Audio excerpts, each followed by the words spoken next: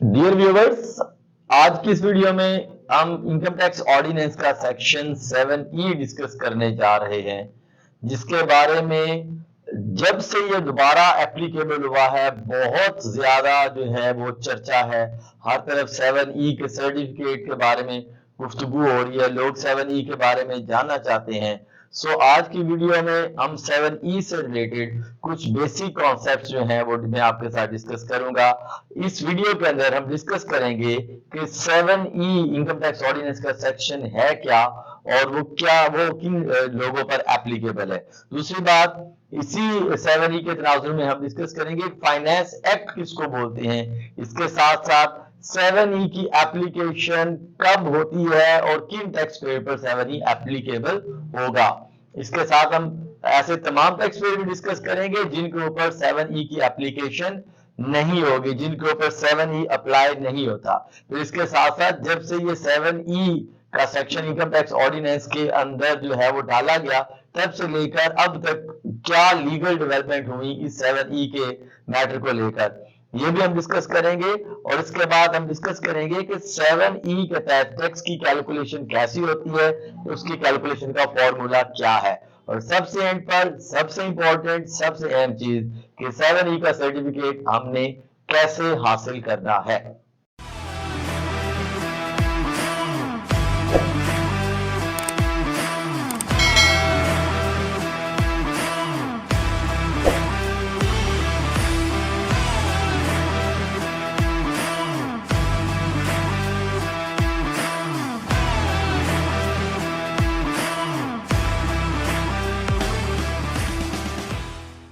Dear viewers, बढ़ते हैं अपने टॉपिक की तरफ। मैं हूं वकास अहमद और मैं इंस्पेक्टर इनलैंड रेवेन्यू हूं फेडरल बोर्ड ऑफ रेवेन्यू में।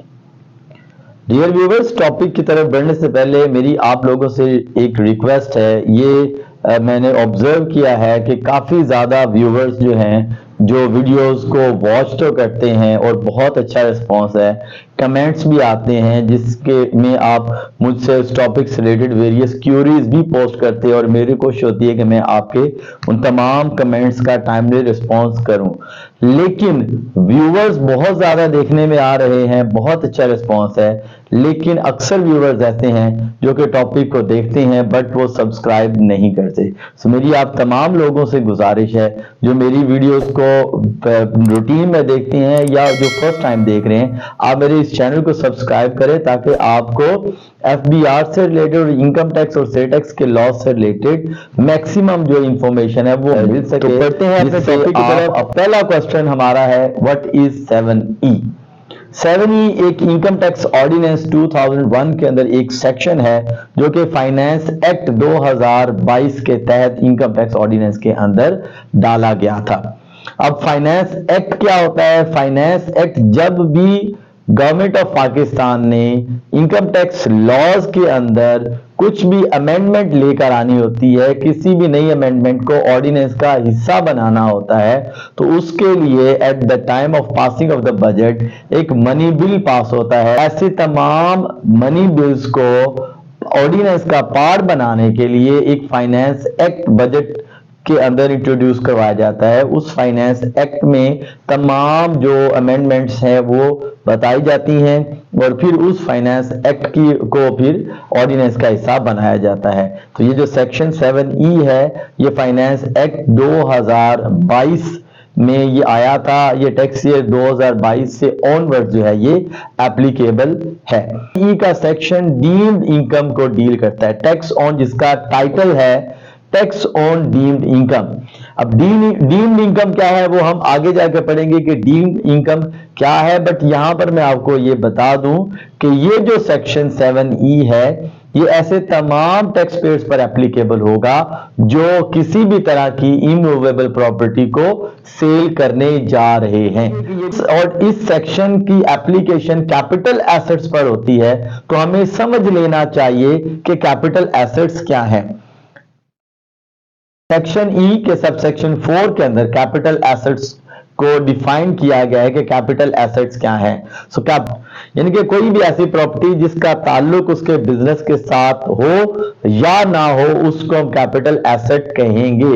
बट इनके अंदर ये जो है एसेट्स जो है वो इंक्लूड नहीं होगी। कोई स्टॉक इन ट्रेड होगा, कोई रॉ मटेरियल है, कोई आपके पास स्टॉक्स हैं, डिबेंचर्स हैं, सिक्योरिटीज हैं, शेयर्स आपने डिफरेंट कंपनीज के बाय किए हुए हैं, तो वो आपके पास यहाँ पर नहीं आएगी।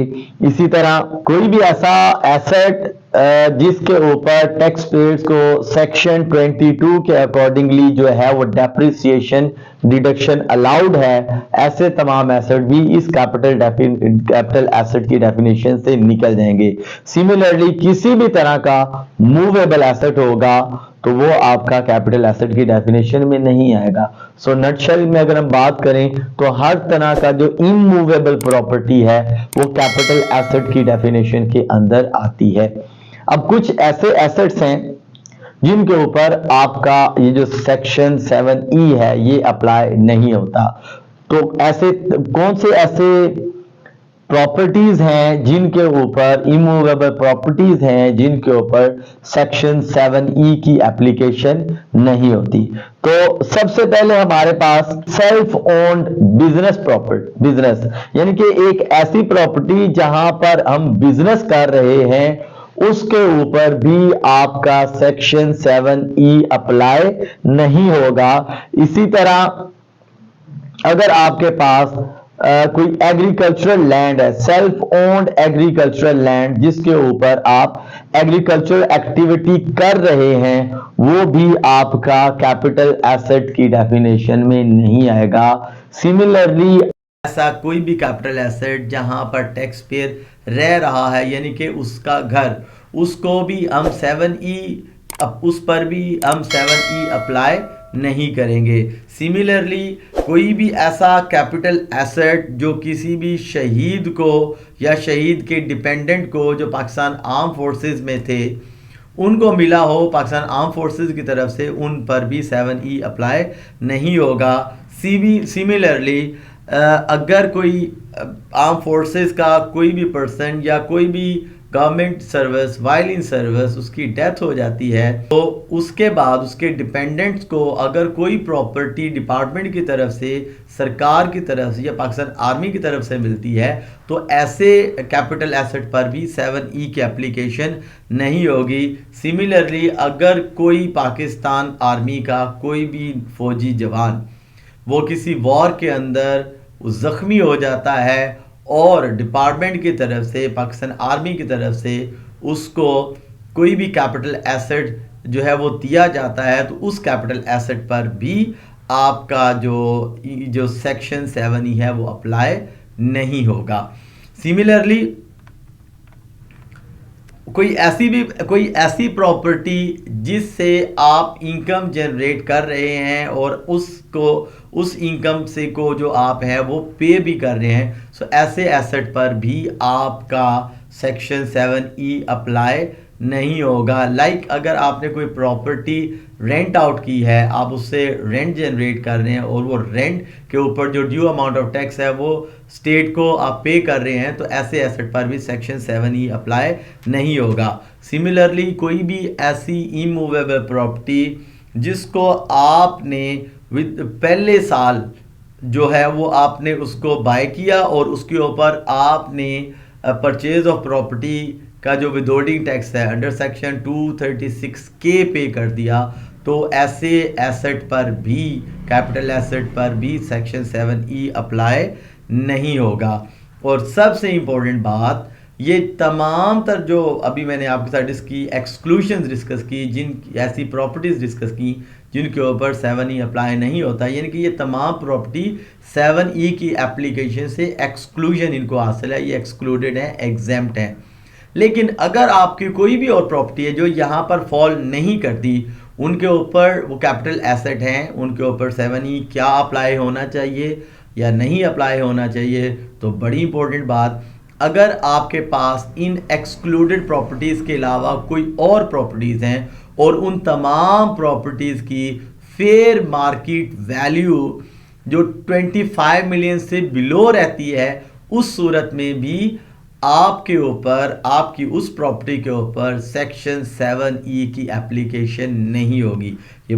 इसी तरह अगर कोई भी कैपिटल एसेट किसी प्रोविंशियल गवर्नमेंट की ऑनरशिप में है, या किसी फेडरल गवर्नमेंट की ऑनरशिप में है, या पाकिस्तान आर्म फोर्सेस की ऑनरशिप में है, या लोकल अथॉरिटीज़ की ऑनरशिप के अंदर है, तो इन पर भी आपका सेक्शन 7E अप्लाई नहीं होगा। और एक बड़ी इंपॉर्टेंट बात, डेवलपर्स, बिल्डर्स, डेवलपमेंट अथॉरिटी जैसे लाहौर डेवलपमेंट अथॉरिटी हो गया, CDO हो गया, इनके पास जो प्रॉपर्टीज़ हैं इन पर भी 7E अप्लाई नहीं होगा। लेकिन इसके लिए कंडीशन है कि ऐसे तमाम developer, builders, development authority, local government जो है वो DNFBPs के साथ रजिस्टर्ड हों, डेजिग्नेटेड नॉन फाइनेंशियल बिजनेसेस इन पाकिस्तान के ऊपर उनकी रजिस्ट्रेशन होगी, तो इनकी प्रॉपर्टीज़ के ऊपर सेक्शन 7E अप्लाई नहीं होगा।